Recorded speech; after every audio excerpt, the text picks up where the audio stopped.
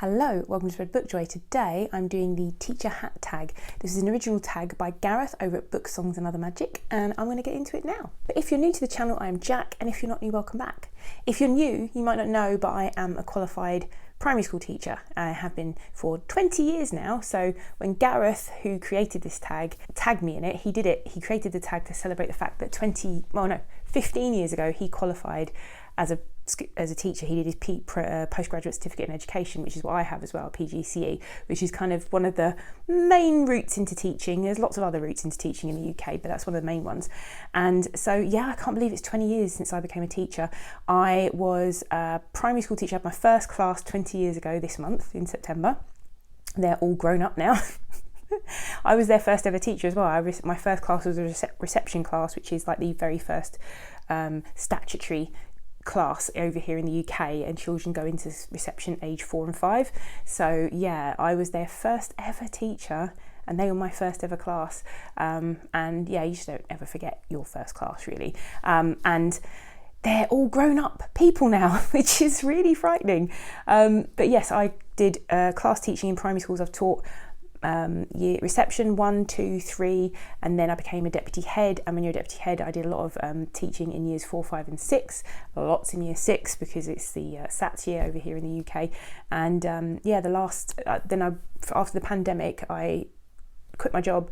I was at home for a year with my partner who was shielding, and then I went back into I didn't necessarily want to go back to doing what I was doing. So I have a master's in education, and I decided I would see if I could get into training teachers. So that's what I do now. So I do that for 2 different universities. I work with PGCE students, and I was still teaching in school as well up until last year because I do all that part-time. And yeah, so that's my kind of teaching bio in a nutshell. So currently now I teach PGCE students myself. I supervise them, their academic work, their placements in school where they do their teaching practices, and yeah, that's what I do. I also tutor children online because working at universities doesn't pay a lot of money, and I also love teaching children still, so that's what I do at the moment. So Gareth has got some prompts for this. Now, he called it the teacher hat tag because as a teacher you wear a ton of different hats, right? You've got so many different roles as a teacher that you do, and he has picked out quite a few of the things that he says, like, you know, this is what you have to wear this hat as a teacher or that hat, and then he's got prompts to go with them, the different hats. So the first prompt is information giver, and the sort of associated thing is world building. So I was going to pick out one of my favourite all-time fantasy worlds, like just a brief honorary mention for some of them, like haven't read all of them, but the Realm of the Elderlings books by Robin Hobb, Discworld, of course, and Brandon Sanderson's Stormlight Archive books, so the Cosmere, basically, fantastic world building. But I'm just going to mention the book that I finished this week, and that is Sword of Kaigan, and I mention this because it's indie published book, and it was on BookTube doing the rounds for a few years now. A lot of people have read it, but I think more people should, because M.L. Wong is self-published, and she is doing some amazing world building within this book. She apparently had written loads of books set within this universe she's created, the Theonite sort of universe, which is a world of people with elemental powers, and I could not believe the level of detail. So the Sword of Kaigan is a standalone Asian-inspired fantasy, though it didn't feel like a standalone to me, because when I finished the book I was like, there's got to be more of this. And I think obviously she'd written other books set in this world and has withdrawn them from publication because I think she wants to work on the world a bit more before she puts anything else out there. And clearly, I think some of the stories that have fed into this story, she must have them, because the world building was so rich and detailed. The political system, the social system, the magic system, everything was just so detailed, and she did manage to do a really good job of, despite the fact it's such a rich, detailed world, very few info dumps within the book. She managed to create this world and bring us along with her, with just a couple of things that made me go, oh no, it was a bit info dumpy, but the majority of it is just this rich world that you're discovering as you read, and it's set in a sort of, like I said, it's an Asian inspired fantasy, particularly sort of it seems like a Japanese feudal system where there are a warrior class of people who are the strongest warriors, and they live on this peninsula, I think, called the Sword of Kaigan, and Kaigan is this country, and they're the best warriors, and they live in the same way that they have done for thousands of years, because they're trained as these like amazing like fighters, you know, and they fight with traditional weapons and their magic. And they but then you discover that outside of Kaigan there's technological advances. There's a very technologically advanced world, and there are different countries and they're at war, and it was just epic. Like, loved it. So really looking forward to more by that author, and yeah, I think I'm gonna have to review the book. It was just that good. Skills developer. Describe your ideal reading situation. Well, I've got lots. But I tell you what I'm going to do is the one that's sort of coming into my mind at the moment is I got up this morning, and in my old house what I would do when the mornings were getting darker, which they are starting to get darker now, I used to love getting up, putting a little lamp on, making my coffee and sitting with my book for an hour where it was still dark outside, the world's doesn't quite seem awake yet, and reading my book to myself. And I love doing that. Just my coffee, my book. I usually put on some like essential oils and maybe a little bit of ambient music or background on one of those sort of YouTube ambient videos, like usually some sort of witchy cottage or something. So yeah, I love doing that. But I think my favourite place of all time to read is probably outside on the beach. If it's not too hot and I've got good shade and it's not too windy. But yeah, I just reading anywhere really, but at the moment I've got a real hankering for those winter autumnal mornings where I get up before everybody else and just sit with my coffee and just listen to especially if it's raining outside or windy outside. I just love that. The next prompt, counsellor. Now, I mean, these are all hats that teachers definitely wear. I definitely wear all these hats as a teacher. Oh my goodness. Counsellor, name a book that displayed a lot of empathy. So for that, I could have named quite a few, but I've gone for There's a Boy in the Girl's Bathroom by Louis Sachar. Louis Sachar's most famous book is Holes, but this is probably my favourite Louis Sachar book, and it's one I've taught with many times. And we meet a boy called Bradley Chalkers within the book, and Bradley is very misunderstood. He's all the other children dislike him, his teacher dislikes him, he thinks that nobody really likes Bradley, but Bradley responds to this by being as horrible and disgusting and mean to the other children as possible. And a boy starts in his class called Jeff, and the first thing he says to Jeff is, "Give me $1 or I'll spit on you." And I've read this book with children so many times, and what I love about this book is at the start of the book, the children are horrified by the way that Bradley is behaving, and there is a counsellor, funny enough, within this book, and she's based on Louis Sachar's wife, because Louis Sachar used to work in a school and his wife was the school counsellor, and he based her on his wife. And Bradley is sent for counselling. I think Jeff is sent for counselling actually as well, but basically Jeff tries to befriend Bradley, and Bradley doesn't know what to do with that, because no one ever wants to be Bradley's friend, and everyone can't stand him, and everybody's afraid of him, or the teachers dislike him.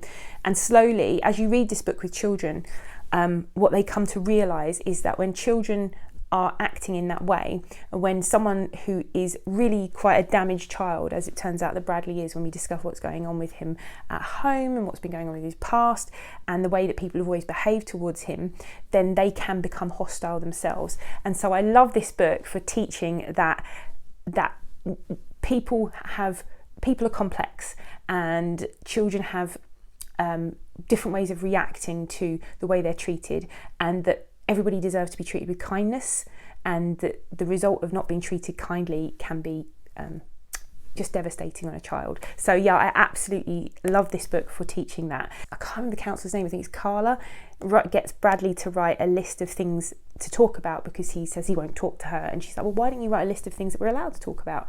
And he writes this list of things, and there's some nonsense things in there, but then there's some other things in there that just break your heart. So I'm just going to read a little bit of the list to you, and it kind of gives you an insight. And I read this with children, and we go through the list, and I get them to highlight things that they think are actually important in the list and tell us a bit about Bradley. So I'm not going to read you all of them, I'm just going to read you some of them, but the list goes like this: trees that lose their leaves, gold stars, chalk, tape, are chickens really afraid, why people laugh, What does it feel like to be shot in the leg? Pencils, pencil sharpeners, accidents, coffee, military school, canes, basketball, friends, enemies. And as the list goes on, he starts saying things like why some people like people and hate other people, breaking things, crybabies. But yeah, I just love this book so much for empathy. For the empathy, because there are so many children in schools who are just misunderstood, who get labelled as bad or badly behaved, and they start to internalise that and they start to believe it, and it just makes me cry. So I love this book for that reason. It really opens up children's eyes to when other children are acting out, what there might be other reasons behind it.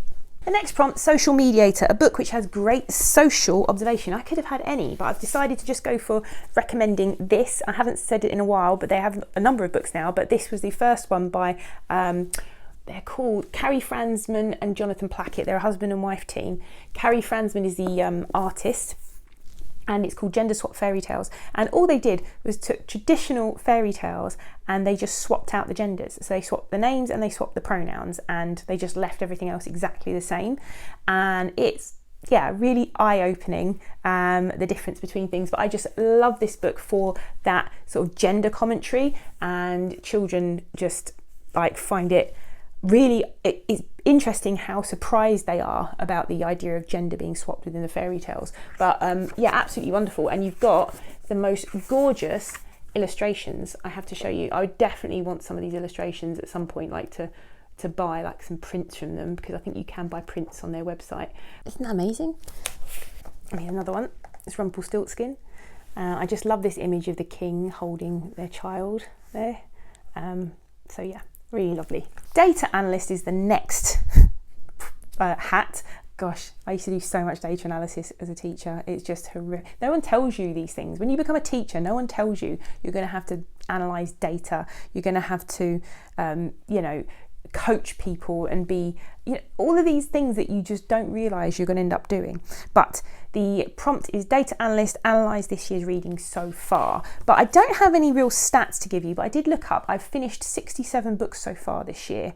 I don't set a reading goal for the year anymore. I stopped doing that last year and I was a lot happier for it.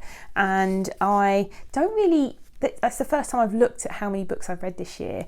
I kind of been keeping a record of like what I've read each month and how many books I've read each month, as like I kind of do a reflection at the end of the month about my reading. And I haven't really written down the number of books I've read in the last few months, not since June, but June, July and August were really slow reading months for me because of the move and everything else. I don't think I read more than 4 or 5 books each of those months. So my start of the year I started off strong, but it's not really about the numbers for me, it's about the quality, not the quantity.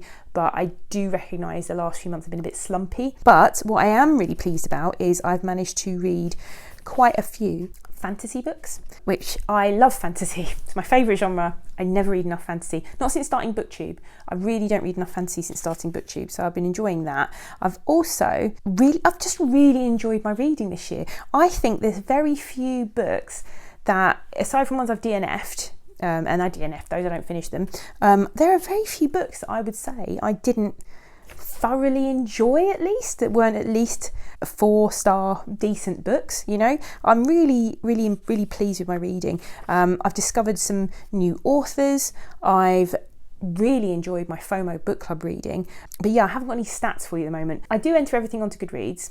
I was entering everything onto Storygraph as well, because I like the stats you get on Storygraph. But Storygraph, unfortunately, I've not been keeping up with it because I've just been keeping up with adding stuff to Goodreads. But I think what I might do is go through Storygraph and add my reading on for the year, so I've got some stats at the end of the year, because I do like those stats. It's been a really interesting reading year. I've had lots of buddy reads, and it's been fun. It's been a fun reading year. The first quarter I read 28 books, and then I read 23 in the second quarter. And in this quarter, I've probably read about 15. So it just shows you how different each of the reading months have been, each of the quarters of the year have been. But yeah, looking forward to lots of wintry reading at the moment. The next prompt is Improviser, a book that has an element of the absurd. And also, you're constantly improvising as a teacher. Always, you have to think on your feet. So it's one of the best qualities is to be someone who can improvise. But I was thinking about elements of the absurd, and the things that immediately sprung to mind are things like Douglas Adams or Terry Pratchett. But then I had a look on my shelves, and this is why I love having my shelves back and why I haven't done any tags because I wanted to get my books back so I could look at them and go, oh yes, that's good, are the Thursday Next books by Jasper Fforde. So I didn't finish this series, and I do want to, and it's years since I read it, but Thursday Next is a literary detective, and in the first book it's called The Eyre Affair, which I don't have here, this is the second book, but in the first book, The Eyre Affair, Jane Eyre gets kidnapped out of a book, and Thursday Next can travel between books. She's a literary detective, so she has to solve the crime. And Jasper Fforde is so clever, but what I particularly like is within the books, there are a series of books within the book about a detective called Jack Sprat, and he investigates, he's like in the nursery crimes division, and then Jasper Fforde wrote the books that are set within these books. So the first book is called The Big Over Easy, and they're investigating Humpty Dumpty falling off the wall. And this is called The Fourth Bear, and it sounds exactly what it's like. So we've got the three bears, Goldilocks and the three bears, and there's a crime. And I need to read you the back of this. I don't normally read blurbs too much on here, but I'm going to read you this so you can hear about the elements of the absurd, but it's so clever. The gingerbread man, psychopath, genius, convicted murderer and biscuit is loose on the streets of Reading. So it's set in a kind of alternate England as well, these books, which I love. But it isn't Jack Sprat's case. Enforced non-involvement looks to be frustrating until a chance encounter at the oddly familiar Deja Vu Club leads them into the hunt of missing journalist Henrietta Goldie Hatchett, star reporter for the Daily Toad.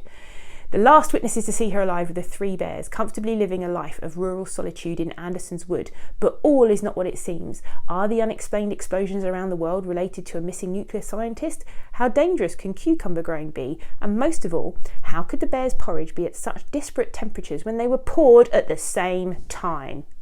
Dun dun dun. These are just extremely clever. They're also just really good, like, police procedurals. So very funny, very clever, hugely absurd, but I love them. Last two prompts. The next one is Life Coach, a book with a mentor character. Now, I kept thinking of people like, Tom from like Goodnight Mr. Tom, and people like that, and because they're just such good mentors, but they're also more like parents, so they're father figures. And I thought, you know what, no, I'm not going to go for someone like that, I'm going to go for an actual mentor. And I was looking along, and one that came up in a FOMO book recently was the centaur Chiron in Song of Achilles, who are like centaur mentor. But I just had to go for this. Now, I was trying not to put in a Discworld book, but I can't not. So I'm going to go for Granny Weatherwax in Equal Rights. So Equal Rights is the third Discworld book. It is the first book in the Witches sequence of Discworld, and the first book to feature Granny Weatherwax, who is quite possibly my favourite Discworld character, though I don't know, it just goes back and forth, but for a long time she was my favourite Discworld character.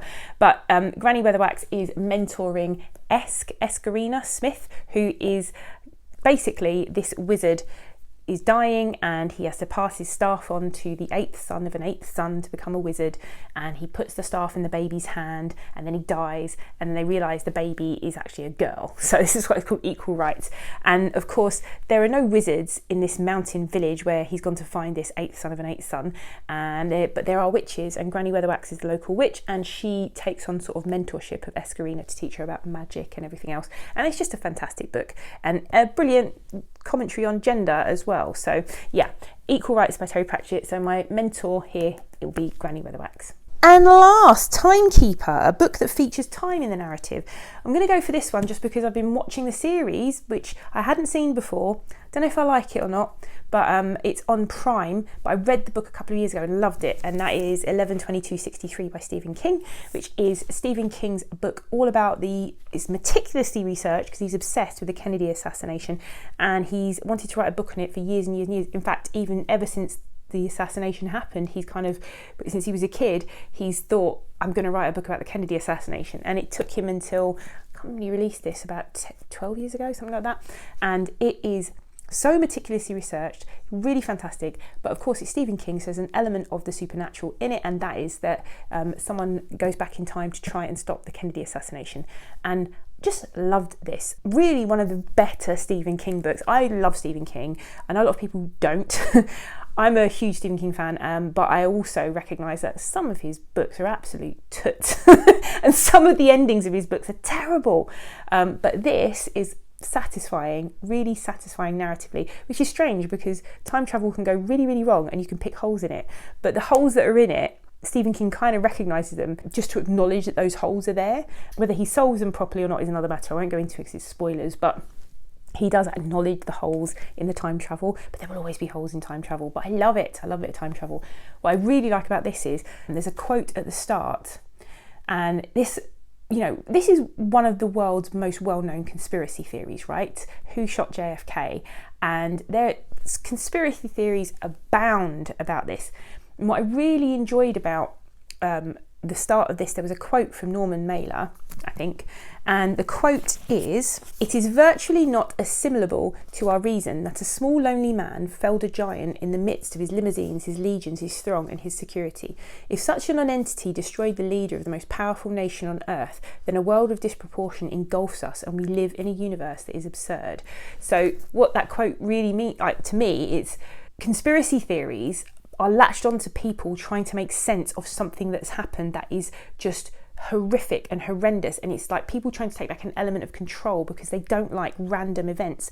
But some things just are random, and the idea that this random loner killed the most powerful man in the world with the world's luckiest shot just had people going, no, there's got to be something more to it. And all of that's explored in here, and we learn a lot about Lee Harvey Oswald in here, which I just didn't know. But yeah, this is a really great book, so that's my one for that prompt.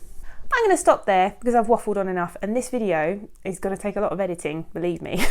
But yes, I am going to tag some people in this who either are currently teachers or were teachers, and if you're a teacher or you know of a teacher and you want, or if you just want to do this tag, because actually whilst it's the teacher hat tag, lots of people have these different roles in their jobs. But I am going to tag Alice from Alice and the Giant Bookshelf because she used to be a teacher.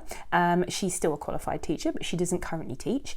And I'm also going to tag the lovely Shelley Swearingen, who is a teacher, and she had just returned to class in the last year. So yeah, I'm going to tag her for this, and hopefully I'll see you again here soon. Bye!